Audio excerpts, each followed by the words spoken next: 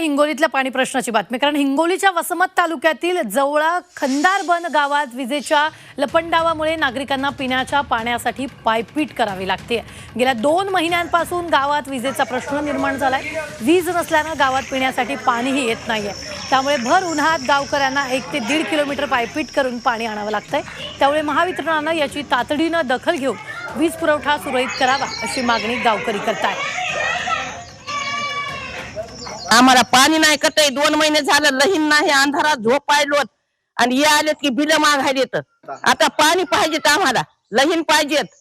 या ठिकाणी गावात जर पाण्याची व्यवस्था पाहिली तर पाण्याची व्यवस्था फक्त एक हापसा आहे, एक कूपनलिका आहे आणि त्या ठिकाणी सर्व गावकऱ्याचा लोड हा एकाच कूपनलिकेवर असल्यामुळे गावातील काही नागरिक दूरवर जात आहेत पाणी आणण्यासाठी। की आपण जर यावर काही कारवाई केली तर बरं राहील, नाहीतर अन्यथा आम्ही तुमच्या या ठिकाणी उपोषणाचा एक ठाम इशारा त्यांना देण्यात येत आहे।